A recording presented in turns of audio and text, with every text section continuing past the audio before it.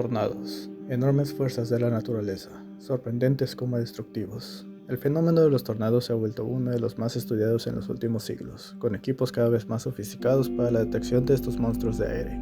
¿Pero qué son? ¿Cómo se forman? ¿Qué los hace tan destructivos?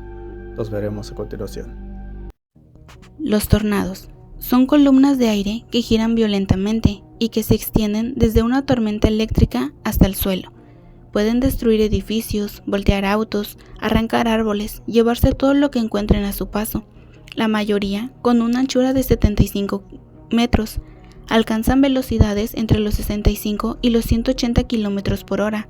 Algunos pueden alcanzar hasta 450 km por hora o incluso más.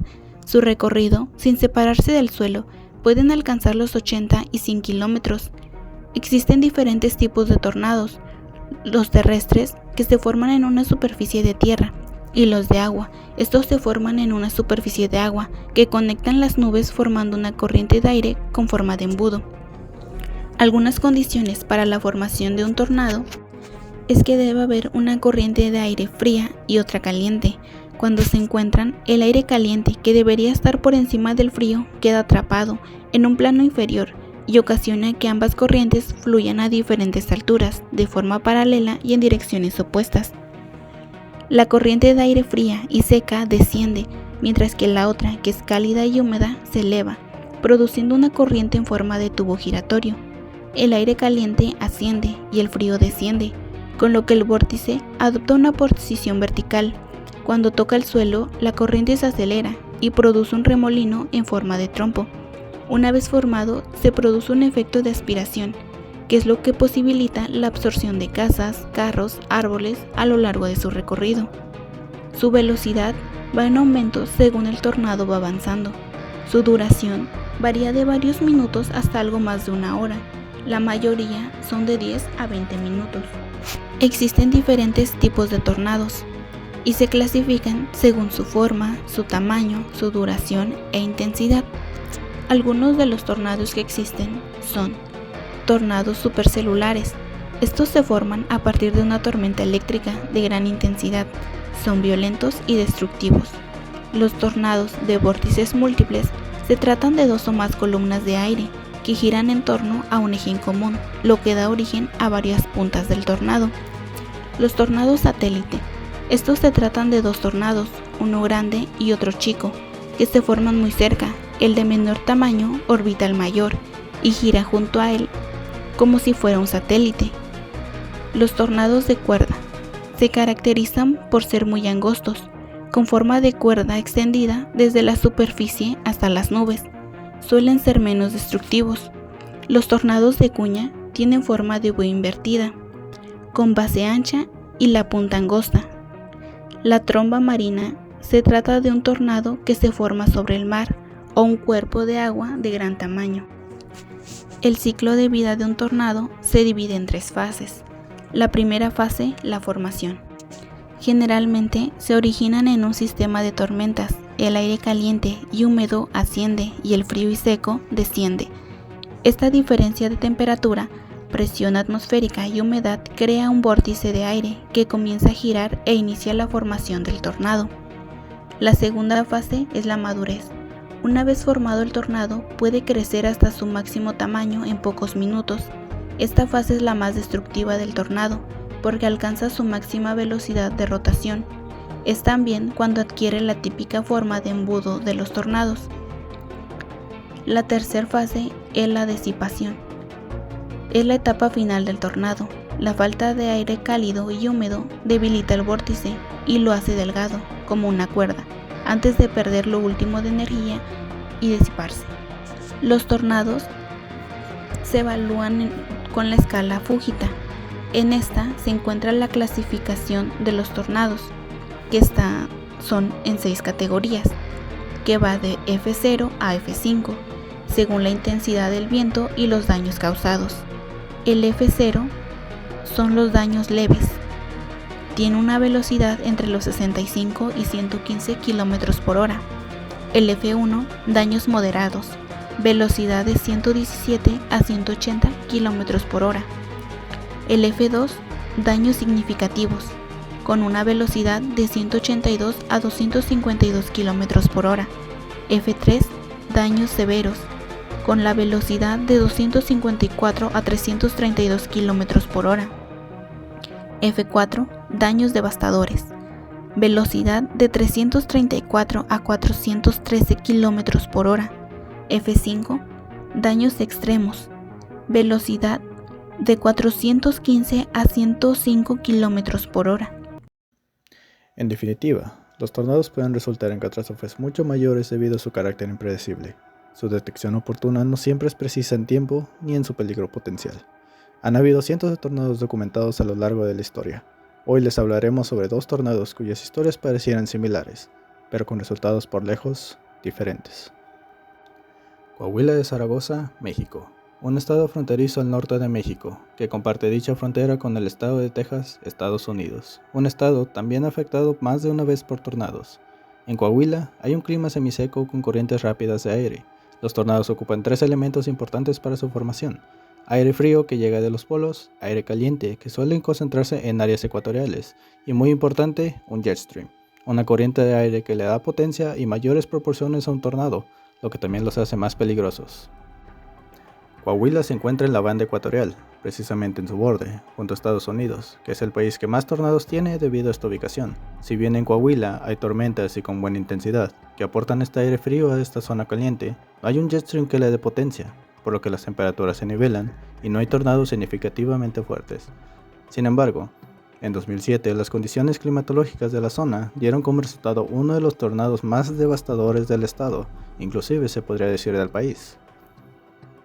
Piedras Negras, ciudad fronteriza de Coahuila ubicada al norte, junto a Eagle Pass, Texas. Con una población aproximada de 120,000 habitantes en ese tiempo, avistó y fue sobrepasado por un tornado categoría F4. En una ciudad de 914 km², no podría significar algo precisamente alentador. El inicio de la ocurrencia se registró alrededor de las 18:45, en la parte norteamericana a las 19 horas, disipándose unos 10 minutos después, con lo que habría tenido un lapso de duración de 25 minutos. Se presentaron adicionalmente tormentas eléctricas, vientos mayores a 140 km/h, con lluvia y granizos del tamaño de una pelota de béisbol. En México no se tiene un sistema avanzado de reconocimiento de tornados, por lo que normalmente se requiere apoyo de los sistemas de Estados Unidos. Varios de los informantes meteorólogos mencionaron que no habían visto tornados en las cercanías del área y que tenían la idea de que no habría un tornado en el área. Sin embargo, algunos de los afectados mencionaron tener parientes viviendo en diferentes lugares de Estados Unidos y que estos les habían informado acerca de tornados cerca de las fronteras de Texas. A las 4 p.m. del 24 de abril, el Centro de Predicción de Tormentas, que es parte del Servicio Meteorológico de los Estados Unidos, dependiente de la Administración Nacional de Océanos y Atmósfera, NOAA por sus siglas en inglés, emitió un aviso de tornado, el número 179 vigente desde las 4 p.m., 2 horas antes del suceso. Una radio de la zona, La Rancherita, notificaba la presencia de grandes tormentas con granizo. Nadie se esperaba que estuviera acompañado de un tornado categoría 3, que rápidamente se convertiría en categoría 4. Un violento tornado tocó tierra en el barrio Acoros de Piedras Negras. El tornado siguió hasta el sureste causando daños a numerosos edificios antes de entrar en el barrio Villa de Fuente, donde se produjeron los peores daños. En esta zona se destruyeron edificios de mampostería bien construidos, los coches fueron arrojados y destrozados y los árboles fueron descortezados. En Piedras Negras, en general, 611 viviendas sufrieron daños graves y 208 se consideraron pérdidas totales. 3 personas murieron y otras 153 resultaron heridas. El tornado luego cruzó el Río Grande hacia Estados Unidos, azotó el barrio Rosita en Eagle Pass. La gente que se encontraba dentro de sus viviendas actuaron intuitivamente para protegerse dentro de los cuartos de baño, ya que lo primero que mencionan es que los vidrios de las ventanas comenzaron a romperse y al mismo tiempo los objetos dentro de las casas comenzaron a volar como proyectiles. Otras personas acudieron a los baños, pasillos o closets de las viviendas porque habían tenido alguna información de que estos eran más seguros. En una primera instancia relataron la caída del granizo que describen por las características que tenía, como por ejemplo el tamaño de una pelota de béisbol en la cual se podían ver varias capas de hielo, como si fuera una paleta, y que eran, en algunos de los casos, tenían en el centro un punto de color rojo o morado. También la gente mencionó que caían otros granizos que no eran redondos, sino que tenían una forma de pirámide o triángulo y que caían con mucha fuerza sobre los techos y los automóviles.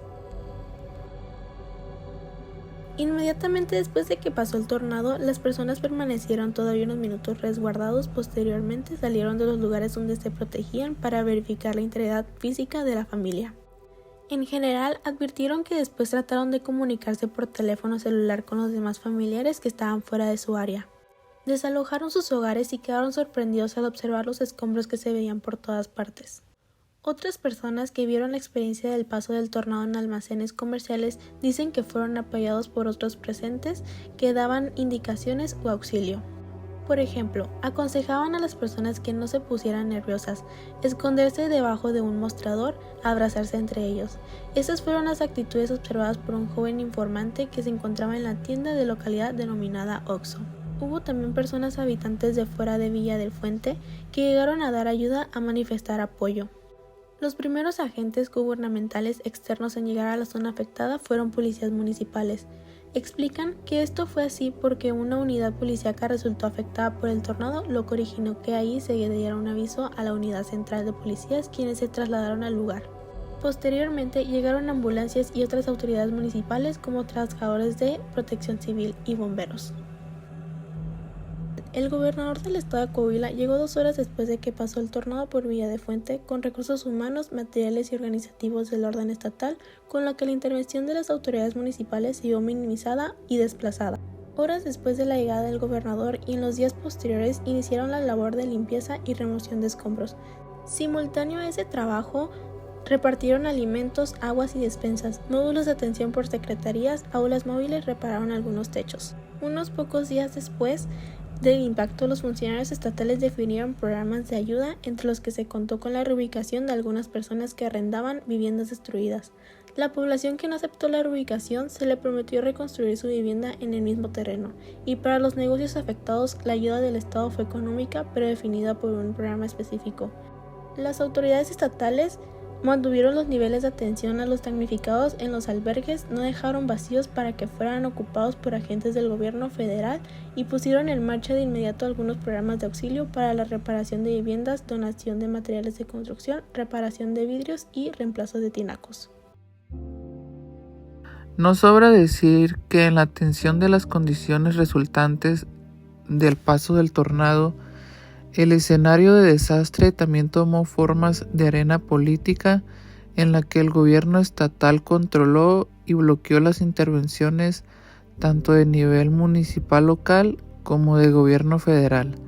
Desafortunadamente, la configuración de conflicto político derivó en infaustas intervenciones de empleados de la Secretaría de Desarrollo Social.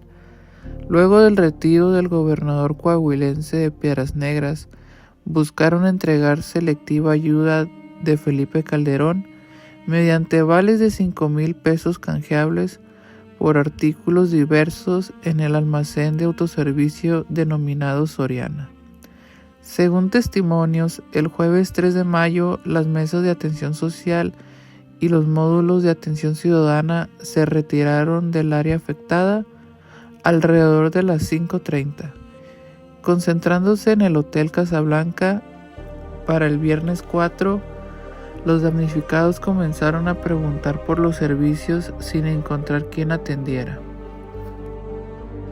Tras los días posteriores al fenómeno y el claro choque de intereses por parte de las gubernaturas estatales y federales, en la que los principales afectados fueron la población de Piedras Negras al no tener un sistema de ayuda realmente eficiente a la época.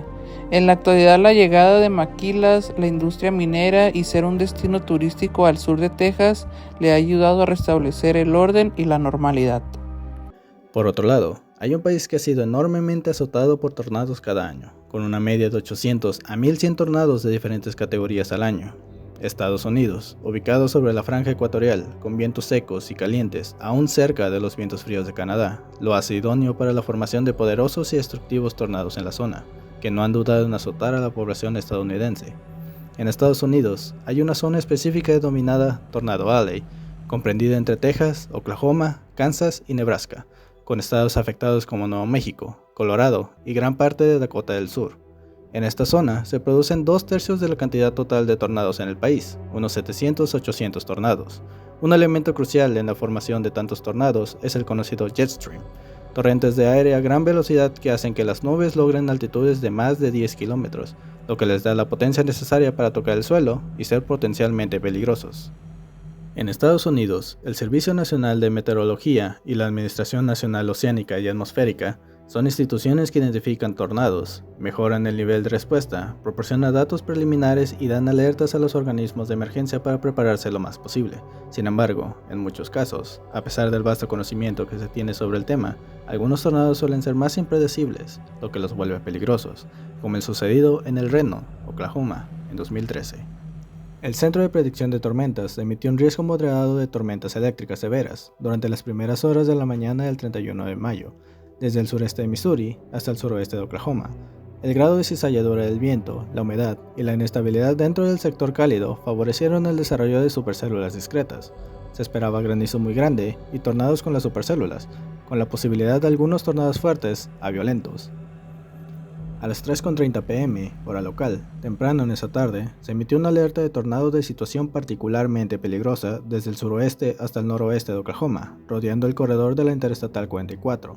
Un complejo cuasilineal de tormentas eléctricas comenzó a desarrollarse cerca del corredor de la autopista 81 al oeste de Oklahoma, entre las 4 y las 4:45. Rápidamente alcanzó una intensidad severa.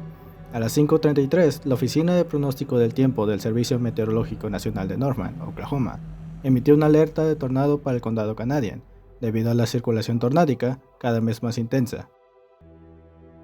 El tornado tocó tierra a las 6:03 hora local del viernes 31 de mayo de 2013, a tan solo 13.4 kilómetros al sureste de la ciudad de El Reno. Creció rápidamente y se volvió cada vez más violento a medida que avanzaba por la parte central del condado de Canadian, pero sin llegar a afectar muchas estructuras, ya que su recorrido permaneció en terreno abierto. Según las medidas de los radares meteorológicos móviles, hubo vientos extremos de más de 504 km por hora dentro del vórtice, y el tornado llegó a alcanzar una anchura récord de 4.2 kilómetros a su paso por la Interestatal 81. A las 6:03 p.m. hora local, se formó una gran nube de pared tornádica y tocó tierra, inicialmente en forma de varios subvórtices más pequeños. A 13.4 kilómetros al oeste-sureste de El Reno, el tornado finalmente alcanzó una intensidad en escala Fujita mejorada 3. Esto significa daños severos como la destrucción de pisos enteros o el levantamiento de vehículos pesados. Esto según estudios terrestres. A medida que el tornado pasaba al sur de El Reno a través de la Interestatal 81, creció hasta un ancho sin precedentes de 4.2 kilómetros, convirtiéndose en el tornado conocido más ancho jamás registrado en los Estados Unidos. A las 6:28 p.m., la tormenta comenzó a moverse hacia áreas más densamente pobladas del condado de Canadian mientras mantenía su intensidad. Esto provocó que la Oficina del Servicio Meteorológico Nacional de Norman declarara una emergencia por tornado para Yukon, Richland, el aeropuerto Valley Spot, Bethany, The Village y el este de El Reno, ya que se proyectaba que el tornado se desplazaría hacia la zona oeste del área metropolitana de la ciudad de Oklahoma. En cuestión de minutos, el tornado giró al noreste y pronto pasó directamente sobre la Interestatal 40 alrededor de las 6:42. Poco después, el tornado se elevó al acercarse a Banner Road. En total, el tornado permaneció en tierra durante 40 minutos a lo largo de una trayectoria de 26.1 kilómetros. Inicialmente, el tornado de El Reno recibió una clasificación oficial 3 basada en los daños, pero posteriormente se actualizó a una clasificación 5 estimada por el radar, la más alta de la escala, según datos de un radar móvil. El radar meteorológico Doppler móvil Raxpol de la Universidad de Oklahoma, ubicado en un paso elevado cercano, midió vientos que según un análisis preliminar superaron los 473 km por hora. Estos vientos se consideran los segundos más altos jamás medidos en todo el mundo, apenas por debajo de los 517 km por hora registrados durante el tornado de Bridge Creek Moor de 1999. Dado que el tornado permaneció sobre terreno mayormente abierto, los daños fueron relativamente leves, aunque significativos en lugares aislados en comparación con su extrema intensidad. Los servicios del Estudio Meteorológico Nacional revelaron que las estructuras en su trayectoria sufrieron daños de nivel EF3 como máximo. El mercado de ganado de Oklahoma City West fue descrito como una zona de guerra con daños extensos. Varios grandes edificios tipo almacén con estructura de acero fueron destruidos en ese lugar. El 1 de junio, la Cruz Roja Americana instaló un refugio en El Reno para las víctimas de la tormenta. Al día siguiente, la gobernadora de Oklahoma, Mary Fallin, recorrió las zonas afectadas del Reno debido a los tornados ocurridos el 20 de mayo. Ya se había declarado el estado de emergencia en las zonas afectadas, lo que permitió a los residentes obtener asistencia de emergencia rápidamente. A los residentes que se quedaron sin hogar se les proporcionó alojamiento temporal construido con contenedores de transporte. Cada contenedor contaba con cocina, dormitorio, sala de estar y baño. En total, 8 personas perdieron la vida como resultado del tornado, todas ellas fallecieron en vehículos. Los hospitales locales de Oklahoma City informaron haber recibido al menos 115 heridos, incluidos 5 pacientes críticos. En total, 151 heridos fueron atribuidos al tornado. Debido a la gran concentración de tornados en la zona, en Estados Unidos cuentan con programas de reconstrucción y reparación de viviendas. Sin embargo, los daños materiales y humanos son aquello con lo que la gente tuvo que lidiar por más tiempo, ya que la zona es azotada por numerosos tornados, lo que retrasa la ayuda y recursos a la zona. Recuperación. La fase de recuperación en El Reno fue larga y desafiante, pero también demostró la capacidad de la comunidad para unirse y superar una tragedia. La reconstrucción no solo fue física, sino también emocional y social, con la ayuda de gobiernos, organizaciones no gubernamentales y la comunidad en general. En los días posteriores del desastre, el presidente Barack Obama declaró un estado de emergencia para Oklahoma, lo que permitió que se desplegaran recursos federales para la recuperación.